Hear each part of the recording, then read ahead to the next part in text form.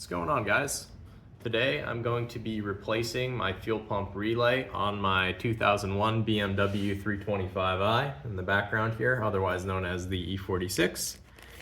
Your fuel pump relay is this little guy. It's the green one. I can throw the, there's the BMW part number for it, but I can throw the part number down in the description for anybody that may need it. So basically, what we have to do to access this fuel pump relay is get under the glove box, remove the glove box, and then remove the fuse box that is up behind the glove box. And then we should finally have access to this guy. So why am I replacing my fuel pump relay? Well, when I had originally bought this car, the previous owners were having a problem with an intermittent misfire. Because of that, I was able to get the car at a really good price.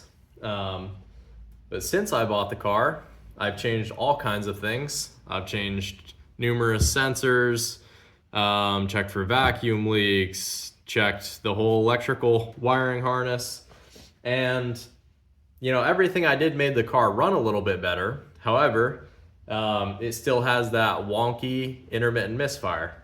So basically, the intermittent misfire will only occur when you keep the car at about 3,000 RPMs for probably like 4 to 5 seconds, or you can get it to pop up if you're driving the car hard and like twisty roads or something like that. So I'm still hunting down how to fix this misfire. It's kind of a baffling one because it'll give me an error code and it will hop around from cylinder to cylinder. So the next two things on my list to try to fix this misfire is replace that fuel pump relay.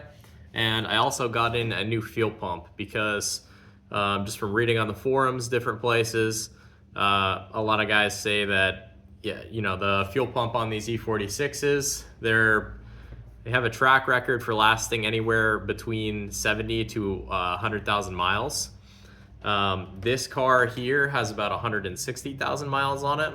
And as far as I know, by looking at past receipts that the previous owners had left in the glove box, they never touched the fuel pump.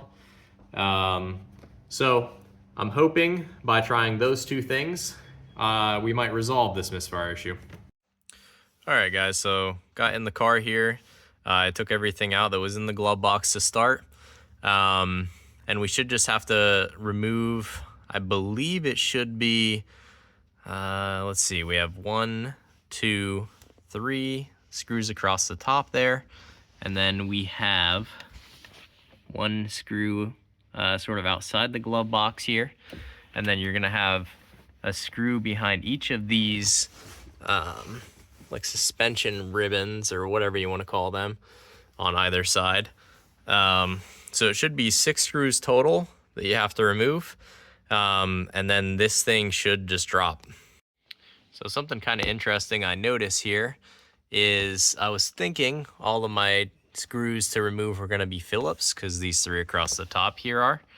But if you can see back in there, I have what looks to be either an Allen or a Torx bit. I believe it's a Torx. So for whatever reason, that screw and the one on the other side here are Torx.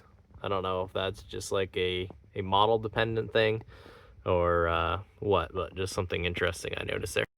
All right, guys, so I got my 6 screws out, the 3 Phillips along the top here, the one Phillips that sits right here on the outside, and then the 2 Torx that sit on either side behind the like suspension system here.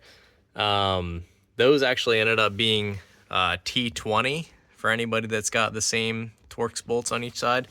And what I ended up using here was just this long extension, and I was able to get at them pretty good that way. So now it looks like the whole thing should just drop out here. I just have to give it a little persuading. But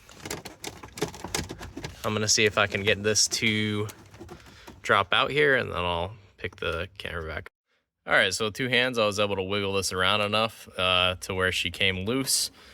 So now I'm just going to go ahead and remove this electrical connector for the light.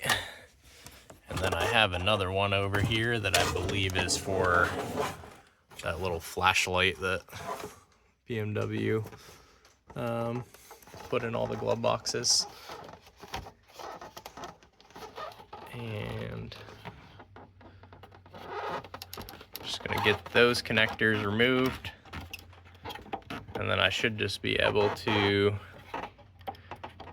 get the glove box here set off to the side.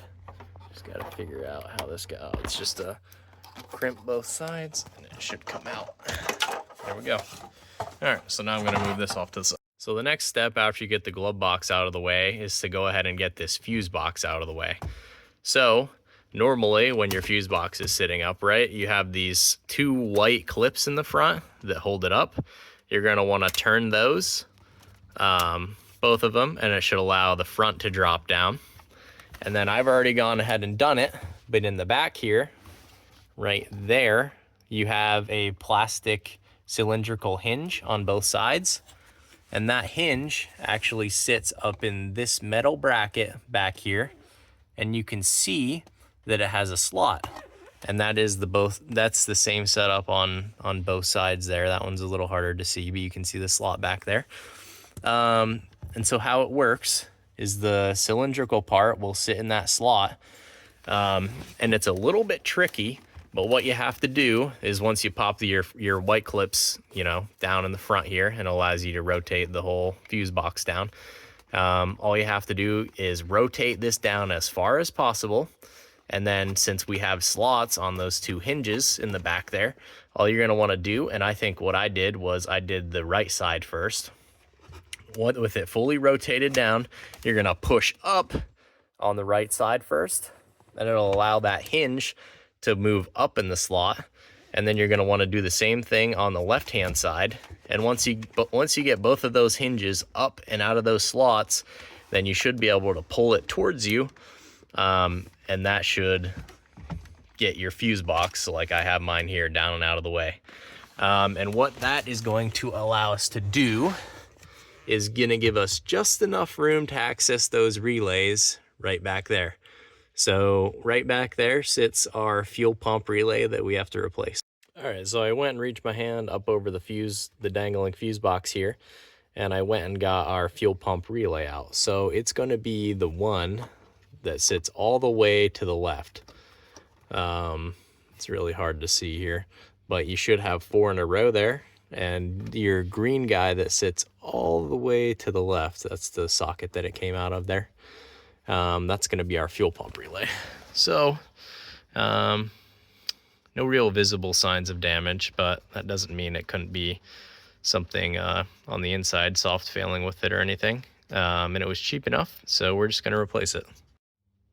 So I got my relays side by side here. This is the old one. This is the new one. It looks like the original manufacturer for this relay was Siemens, and now I believe I bought the OE option, but it looks like now the manufacturer has swapped to Tyco Electrics. So nothing too crazy there.